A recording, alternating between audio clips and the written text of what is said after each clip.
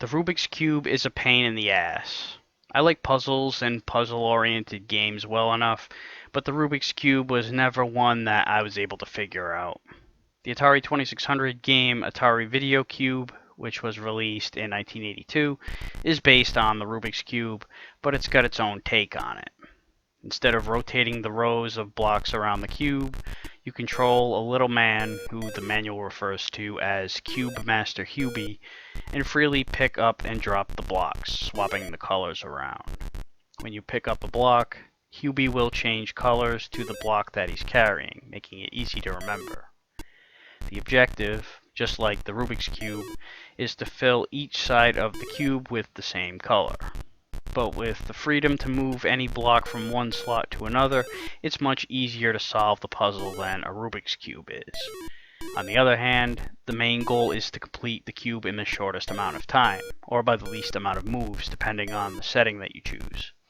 So just merely finishing the cube doesn't mean a whole lot, but the faster you finish, the more impressive it is. The scale of what makes a strong finish or not is really dependent on the player, or players if you're competing scores with others, which, much like a lot of other games of this era, is optimal anyway.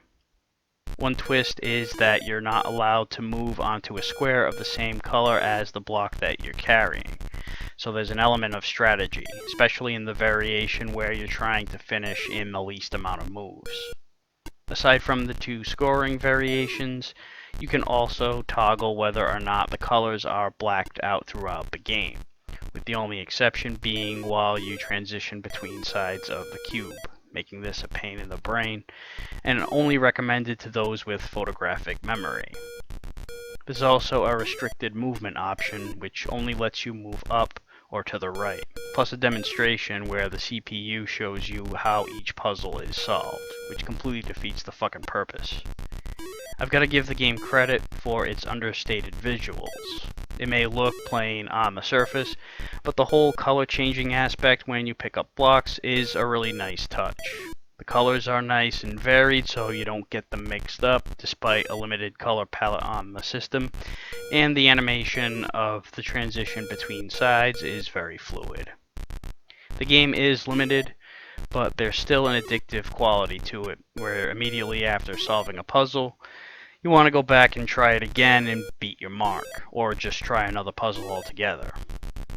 And it at least won't make you pull the hair out of your frickin' head like an actual Rubik's Cube.